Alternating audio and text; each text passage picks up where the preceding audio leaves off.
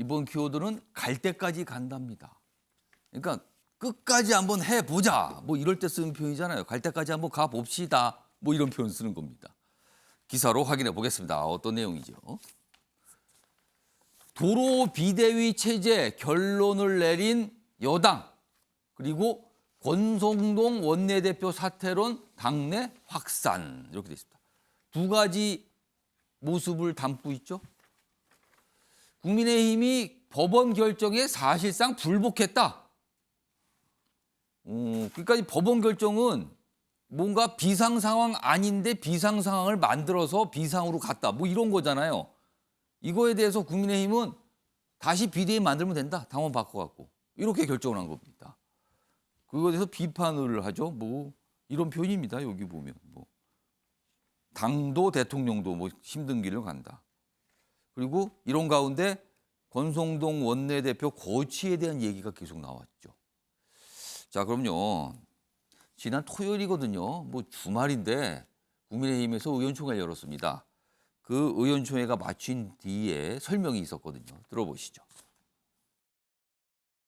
최고위가 해산됨에 따라 과거 최고위원회로의 복귀는 원천적으로 불가능하며 관련 당헌 당규를 정비한 후 새로운 비대위원회를 구성하기로 결의했습니다. 주문에는 분명히 비대위원장의 직무를 정지한다라고 되어 있고 현실적으로는 비대위가 존속한다라고 볼 수밖에 없습니다. 원내대표의 거취는 이번 사태를 수습한 후 의원총회의 판단에 따르기로 했음.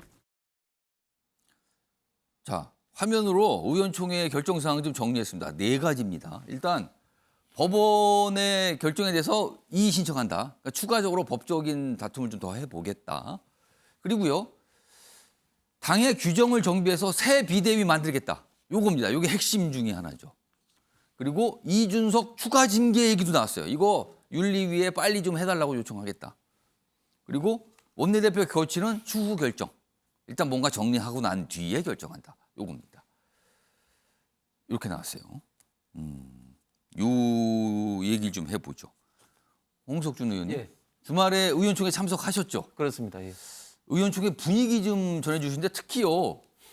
이 부분과 관련해서는 의원들이 뭐 그냥 대부분의 이런 비슷한 의견이었습니까? 아니면 또 다른 의견이 좀 나왔습니까? 어떻습니까? 이 새 비대위를 꾸리자. 규정을 정비해서. 지금 토요일 날 그 의총을 밥도 먹지 않고 한 6시간 동안 마라톤 회의를 했는데요. 사실은 새 비대위 구성이 결론적으로는 탐탁치는 않은데 지금 방법이 없다. 그러니까 조금 전에 이제 대변인도 이야기했지만 지금 원래 지금 최고위로 지금 돌아가지도 못한다. 왜냐하면 최고위의 해산 그 사퇴를 결정한 이후에 예.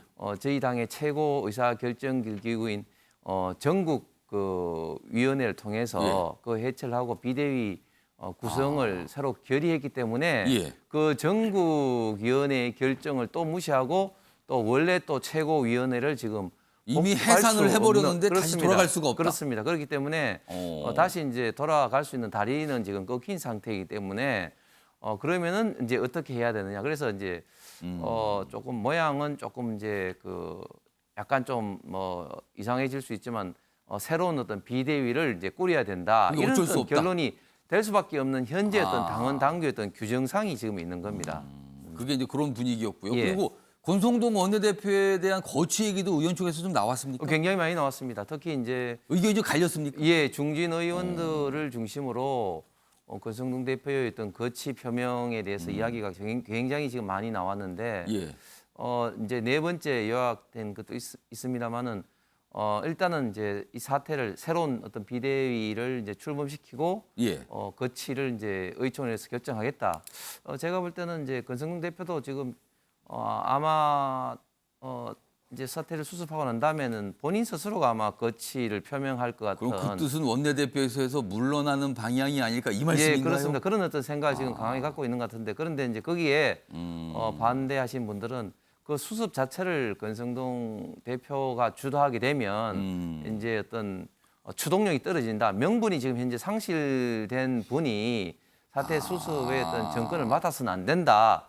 이런 어떤 의견을 의총 끝나고 난 다음에도 지금 이제 강하게 지금 피력을 하고 있는 그런 좀 상황입니다.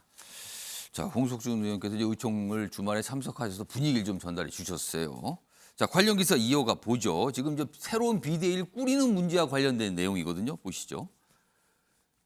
그러자 이런 얘기가 나와요. 다시 비대위 추진. 아까 홍석준 의원님께서 약간 좀 모양새가 개운하지 않고 이상한 게 있지만 그래도 어쩔 수 없는 선택 아니냐. 그러니까 규정을 바꿔서 다시 비대위로 결정을 났거든요. 근데 그러자 이런 얘기가 비판 목소리가 나옵니다. 그럼 민주당과 다른 게 뭡니까?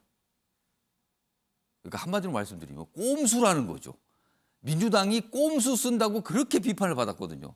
근데 이거는 꼼수 아닙니까? 이 질문 나온다는 겁니다. 지금요. 좀 더 보죠. 당원을 고쳐서 법원 판단 우회할 계획이다. 주호영 비대위원장 재선임 검토. 이렇게 돼 있습니다. 자, 그럼요. 이와 관련해서 좀 비판 목소리가 좀 있었거든요. 들어보시죠. 설렁탕 주문을 취소한 것이지 공깃밥과 깍두기까지 취소한 것은 아니지 않느냐라고 주장하는 거하고 똑같은 것이고. 그러니까 신경민 전 의원님, 그러니까 이게 법원의 판단은 비상상황이 아닌데 비상상황을 만들었다. 그렇죠. 그 비대위, 그러니까 비상상황 아닌데 비상으로 간 건데 그 비상상황이라는 건 비대위를 말하는 거거든요. 근데 이제 결정에 아주 구체적인 거는 비대위원장 이거 안 된다, 이거 직무정지다 이거였잖아요. 근데 어제 이제 의원총회에서 국민의힘이 해석한 바로는 비대위원장만 안 된다 그랬지 비대위 얘기는 하지 않았던 거 아니냐. 그러니까 비대위 유효하다 이렇게 봤거든요. 이거 어떻게 보십니까? 결정문을 읽어보면은요. 예. 지금 금방 그렇게 주장하는 국민의힘 의원들이 얼마나 이 결정문을 우습게 해석을 했는지를 금방 알 수 있습니다. 결정문이 A4 용지 16장쯤 됐거든요. 16장인데 분량도 많았어요. 그 앞에 건 뭐 예. 사실 읽을 필요도 없습니다. 맨 뒷부분에 12페이지 이후에 보면은 예.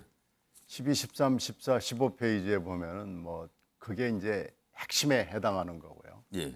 이게 뭐냐면은 비상 상황이 아닌데 비상 상황으로 만들었다는 것은 헌법에도 위배된 거고 정당법에도 위배된 거고 당헌에도 위배된다고 결론을 내렸습니다. 그래서 비대위원장을 지금 직무정지를 구했기 때문에 그러지 만약에 비대위원회 직무정지까지 이준석 대표가 신청인으로서 채권자로서 구했다라면 이거 다 끝나는 겁니다. 그 취지는 그렇다는 거네요. 그렇죠. 그러니까 비대위는 안 된다는 겁니다. 비상 상황이 아닌데 최고위원회의하고 상임정국위하고 정국위가 비상 상황을 만들어 가지고 뭐 여러 가지를 결정을 했는데 당헌을 고쳐서 비대위원장 지명 권한을 직무대행이 한 거 그건 좋다 이거예요. 예. 그건 그리고 절차는 좋다 이겁니다. 그러나 비상 상황이 아닌 것을 비상 상황으로 규정해서 이렇게 비대위원장을 자기들이 만들어 놓은 것은 이것은 헌법부터 사글이 다 위반이니까 하지 말라는 겁니다. 그러니까 비대위원도 물론 안 되는 겁니다. 이게 무효라고 써놨어요. 무효라는 건 뭐냐면은 쓰나미가 와가지고 집을 지금 뭐 실컷 근사하게 비대위라는 예. 간판 붙여 지어놨는데 이걸 때려 부순 겁니다. 비대위는 무효입니다. 무효라는 것은 예. 법률적으로 취소가 아니고 무효라고 분명히 써놨어요. 여러 번 이 결정문에 나옵니다. 그러니까 알겠습니다. 이건 안 된다는 겁니다. 근데 이제 국민의힘에서 의원총회를 열어서 아까 말씀드렸지만 설택지가 마땅치가 않다. 어쩔 수 없다. 그리고 그 결정문의 주문에 보면 비대위원장의 직무를 정지한다고 돼 있지 비대위를 정지한다는 거 없다. 그렇게 해석한다. 그래서 비대위는 유효하다. 뭐 이렇게 좀 해석한 겁니다. 그러니까 비대위를 통해서 다시 새로운 비대위를 만들면 된다. 뭐 이런 논리가 된 겁니다. 다음 보실까요? 이준석 전 대표가 반응을 좀 보였죠. 그거에 대해서. 이준석 가처분 한 방 더 맞아야 새 비대위 견제고. 그러니까 새로운 비대위가 꾸려지면 또 가처분하겠다는 거잖아요. 그럼 이거 언제까지 반복인 겁니까? 그럼 이렇게 이 상황으로 좀 갈 것 같기도 합니다. 지금. 자, 이게 이제 첫 번째 하나가 이제 비대위, 새 비대위 문제잖아요. 다음은 권성동 원내대표 아까 잠깐 얘기하셨는데 그 기사도 있습니다. 물러날 수도 버티기도 힘든 권성동의 딜레마. 여기 보면 아래쪽 갑니다. 먼저 수습한 다음에 거취 결정 이렇게 했는데 일각에서는 대안이 없다. 뭐 이런 시각도 있나 봐요. 그리고 중진들은 무슨 소리입니까? 안 됩니다. 물러나세요. 뭐 이렇게 맞서고 있는 상황이고요. 그렇다면 유인심, 윤석열 대통령은 어떤 생각인가? 여권 핵심부에선 권성동 새 비대위원 출범 후 2선으로 물러나야 뭐 이런 목소리도 있다고 합니다. 이건 뭐 일각에서 제시한 건데. 자, 이와 관련해서 어제 조경태 의원이 기자회견을 좀 했어요. 그 내용 좀 들어보겠습니다. 이번 의원총회의 결정은 국민과 당원을 졸로 보는 것입니다. 당과 국가를 사랑한다면 결단을 하셔야 합니다. 지금 현재 원내대표가 어찌 보면은 여러 가지 상황에서 큰 논란의 중심에 있기 때문에 이분이 물러나게 하는 것이 우선적인 문제지. 최영철 편집위원, 권성동 원내대표 거취 어떻게 될 것 같습니까 앞으로? 뭐 오늘 신문을 일제히 전부 다 살펴보시면 알겠지만 거의 모든 신문이 권성동 원내대표 물러나라 그렇게 나와 있습니다. 그렇기 때문에 뭐 정답은 나와 있는 것 같고요. 그렇게 쓰진 않지만 읽어보면 그런 내용이라는 겁니까? 그렇습니다. 거의 다 그 내용이 나와 있어서 수습책은 일단 권성동 의원이 이 중대 국면에서 굉장히 큰 책임이 있다. 왜냐하면 이게 폭발할 가능성이 여러 가지 있었는데 유력관 때문에 결국 폭발에 방아쇠를 당긴 것은 결국 체리 따봉 사건이었다. 그렇기 때문에 결국엔 권성동 원내대표는 이 책임에서 주범이다. 그렇기 때문에 권성동 원내대표는 이 거대한 파도 앞에서 겸허히 머리를 숙이고 일단 원내대표를 사퇴한 뒤에 그리고 비대위 출범 관련은 수습책은 물론 마련해야 되겠죠. 지금 뭐 법원이 뭐 어떻게 할 건지에 대해서 여러 가지 설왕설래가 많습니다만 법원의 판단에 대해서도 굉장히 비판 여론이 많습니다. 왜냐하면 기본적으로 사법 권력이든 입법 권력이든 행정 권력이든 보충성의 원칙을 갖습니다. 사적 자치의 영역에서 충분히 결정할 수 있는 것에 대해서 법원이나 뭐 입법 권력이나 행정 권력이 끼어들어서는 안 된다는 것이 그러니까 정치적 영역인데 법적인 잣대로만 본 거 아니냐? 그렇습니다. 그러니까 이 보충성의 원칙이라는 것이 이 글로벌 스탠다드인데도 불구하고 법원이 이번에 내린 판단은 앞으로 굉장히 큰 부담을 안게 됩니다. 그렇게 된다면 아마 판사 숫자가 지금보다 한 10배는 많아져야 될 겁니다. 이런 식으로 판단을 내리기 시작합니다. 그렇다면 이것은 사법부에게도 굉장히 부담이 되기 때문에 앞으로 사사건건 이준석 전 대표가 법원에 달려간다 하더라도 이것을 법원이 계속해서 개입할 여지는 저는 적다고 봅니다. 이렇게 된다면 계속 혼란에 빠지게 되고 사법부도 엄청난 부담을 안기 때문에 그러한 측면에서 이것은 곧 정리될 것이다. 그러니까 일단 권성동 대표가 원내대표가 물러난다면 여러 가지 화염이 좀 잦아들 것이고 그리고 당이 안정되고 그리고 새로운 비대위로 가든 어떤 다른 체제로 가든 굉장히 당이 나아갈 여지는 넓어진다. 그렇기 때문에 권성동 원내대표가 이번 주 아마 그 원내대표가 물러나는 것은 그냥 의총에서 그냥 결의하면 그만이기 때문에 그런 방법으로 좀 물러나게 된다면 당도 안정이 될 것이고 새로운 비대위로 가든 뭐 어떤 방식으로 가든 그 새로운 길은 좀 쉽게 열릴 가능성이 크다. 저는 이렇게 예측합니다. 그러니까 물러나는 거 원내대표에서 물러나는 거 말고는 딱히 방법이 없어 보인다. 이런 말씀이시네요.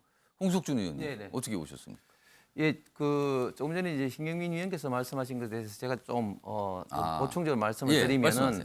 지금 이제 비대위원장만 이제 물러나고 다른 비대위원 그대로 존속을 한다 이런 어떤 결정이 아니고 그러니까 지금 이제 그 사법부 가처분 신청이 일단은 뭐 굉장히 헌법에서 보장된 당의 자율성, 당의 자율성은 과거 독재 정부에서 야당의 어떤 결정에 대해서 함부로 개입하지 못하도록 하기 위해서 헌법에도 규정된 자율성인데 이것을 무시하고 절차적인 것도 아니고 실체적인 비상 상황의 어떤 정의 부분을 지금 현재 지금 사법부의 그 판사가 이제 결정을 한 것이 뭐 당내에서 부글부글합니다만 그건 이제 일단 어쩔 수 없는 일이고 그래서 지금 당헌을 지금 개정한다는 것은 비대위의 구성 요건이 당 대표의 거리 혹은 최고위원회 기능 상실이라고 했는데 애매하죠. 예, 그렇습니다. 이번에 판사가 결정하신 것 지금 현재 그 최고위원회의 그 기능 상실이 지금 되고 있지 않다 이렇게 하기 때문에 이 부분이 좀 애매하기 때문에 이 부분을 좀 더